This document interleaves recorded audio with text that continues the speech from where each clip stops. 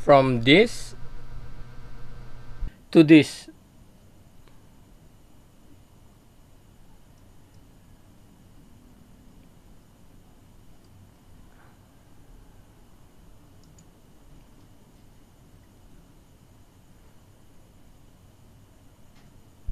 Get ready. So welcome back again for another video, and for this video ay lalagyan natin to ng sticker. So ito yung Logitech G604. Kabibili ko lang siya, brand new. So nagulat ako, may nagbebenta pa rin ng brand new na Logitech G604. Pero sa tao ko lang to binili. So nabili niya to sa Octagon Store.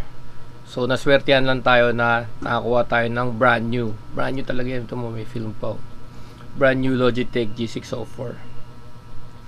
So lagyan natin ito ng sticker para kasi ito rubberized siya, pero over time o pag tumagal, itong rubber na yan masisira, magde-deteriorate, magkakaroon ng mga cracks, masisira, katulad ng mga ganito mga ganyan, no? Magiging ganyan niya pag over time or pag tumagal. So kailangan natin lagyan ng sticker, ng mouse sticker. So ang gagamitin natin sticker, ito black, snowflake black ang tawag dito. Dalawa na siya yung binili ko para just in case magkaroon tayo ng pagkakamali, magawa natin kagad.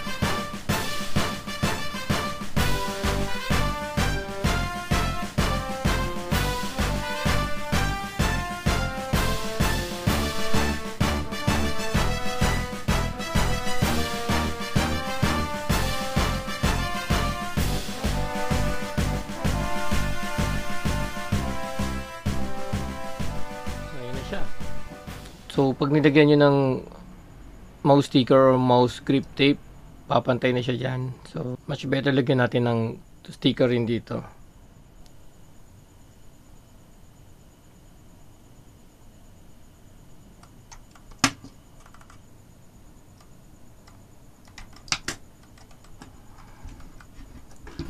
Lagyan nyo ng sticker dyan.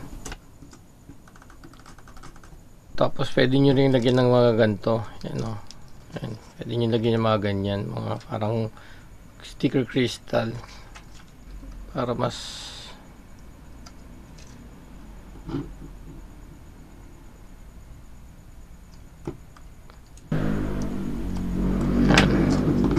Para alam nyo kagad yung pinipindot nyo. Pwede nyo rin i-glue, super glue nyo. Tapos idikit nyo. Since may sticker naman, super glue para madikit talaga.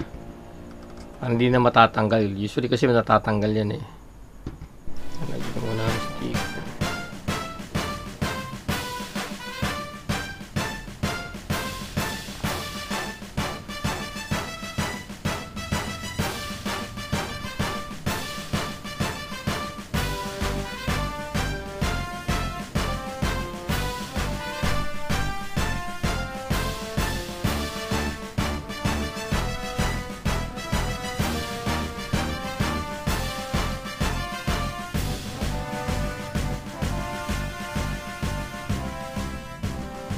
Lagyan ko ng super glue para hindi na matanggal.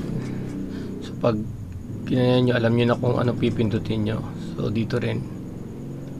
Pwede rin kayo maglagay dito ng medyo malaki para igaganyan nyo na lang. Tulad sa isang ano ko ganito, MMO mice. Ito malaki to. So gaganon ko na lang siya. Kita nyo. Ganyan. Tapos ito meron rin dito. So ganyan ko na lang siya. So pag sa baba, ganyan lang. So ayan ang purpose nyan. So ayan, nalagyan na natin siya ng sticker. Mouse grip. Yan o, diba maganda na siya. So hindi kaya to ng 1 part, kailangan 3 parts to. 1, 2, 3. So dito rin. Kasi sa mga curves niya, mahirap maglagay ng mga stickers sa mga ganyan curves. So kailangan 3 part. So ayun lang, kung nagustuhan mo tong video na to ay i-click mo naman yung like button, at kung hindi ka pa nakapag-subscribe, subscribe ka na para sa mga gantong do-it-yourself videos, key mapping tutorials, reviews, and other contents. So yun lang, at see you in my next video. Get ready.